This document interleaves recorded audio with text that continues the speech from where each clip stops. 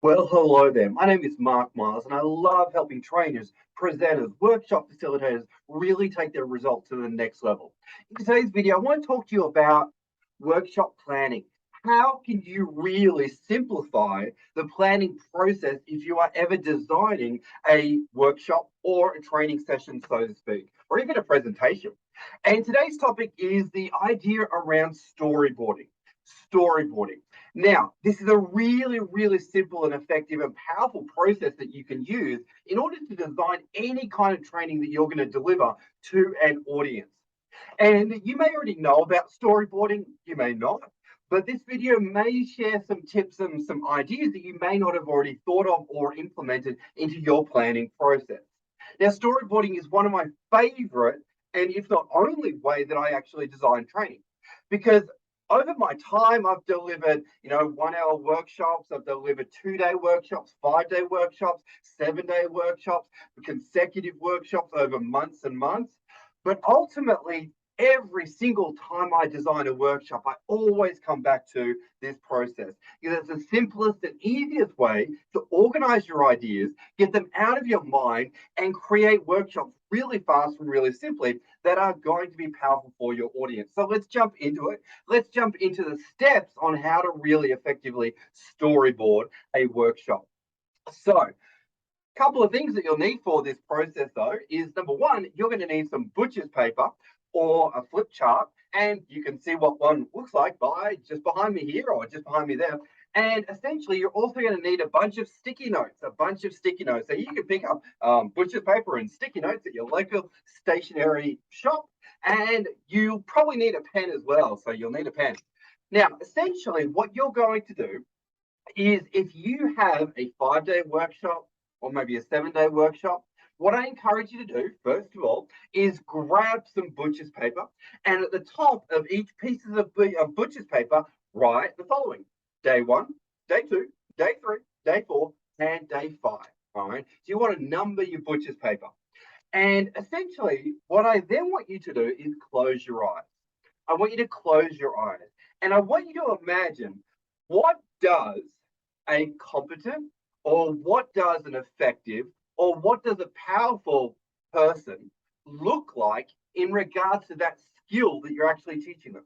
So, for example, if you were teaching leadership, I want you to close your eyes and I want you to think about, what does an effective leader do, say, how do they operate, and visualize that person in your mind's eye and really capture that and get yourself to be in that moment of being around that person. And that is going to help generate really great ideas and stimulate thought. So, first thing we want to do, grab our equipment. Second thing we want to do is close our eyes and visualize. Next thing, we're going to grab these sticky notes. We're going to grab our sticky notes. And we're going to think about, first thing, what are all the skills? What are all the skills that someone would need to have in order to be able to be that? Okay. So we're thinking, what are all the skills that a really effective leader or person, whatever we're training them to do, would be doing? All right. So we're going to write down all the skills. And as soon as the idea comes to mind, you just pop it on a sticky note and you're just putting it on the table. As soon as an idea comes to you, you put it on a sticky note. It could be any idea at all. As crazy as you think it may be, it could be a great idea later on. So you're going to get all those ideas down on a sticky note. Okay. Then, next piece, I want you to think about, what are all the things that somebody needs to know? The knowledge. What are all the things they need to know in order to be able to be that person? And get all those things written down. So, all the things they need to know, put them onto a sticky note. Next, I want you to think about, what are all the attitudes? Yes, the attitudes that someone would need to demonstrate in order to be that person that you're going to create them to be at the end of your workshop. So write down all the attitudes that you want to foster in your participants.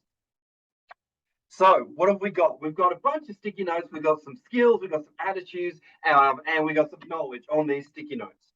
What are we going to do? We are then going to sequence it. We are going to put it onto our workshop pieces of paper here, day one, day two, day three, day four, and we're going to place it based on level of difficulty and level of complexity, so to speak. And you could also place it in regards to level of familiarity. Okay. Now, do you only place it once? Well, you could actually place it in a number of different places.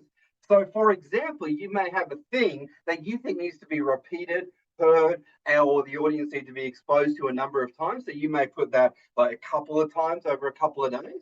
For sure, you may do that. So what you are looking to do is put the core chunks of information in the sequence that you think would be most appropriate. Then what are you going to do? Well, you're going to start to think about timing. You're going to start to think about, well, how long would it actually take to teach that thing, so to speak. So maybe you've got an activity on XYZ. You start to think, all right, well, that thing will probably take about 30 minutes or 1 hour, however it may be. Then you want to think about feelings. Now, this is an unusual one. You want to start to think about feelings. What feelings do you actually want to elicit in your audience as they go through the day and the process? Now, this is one of the secret sources that most people don't think about.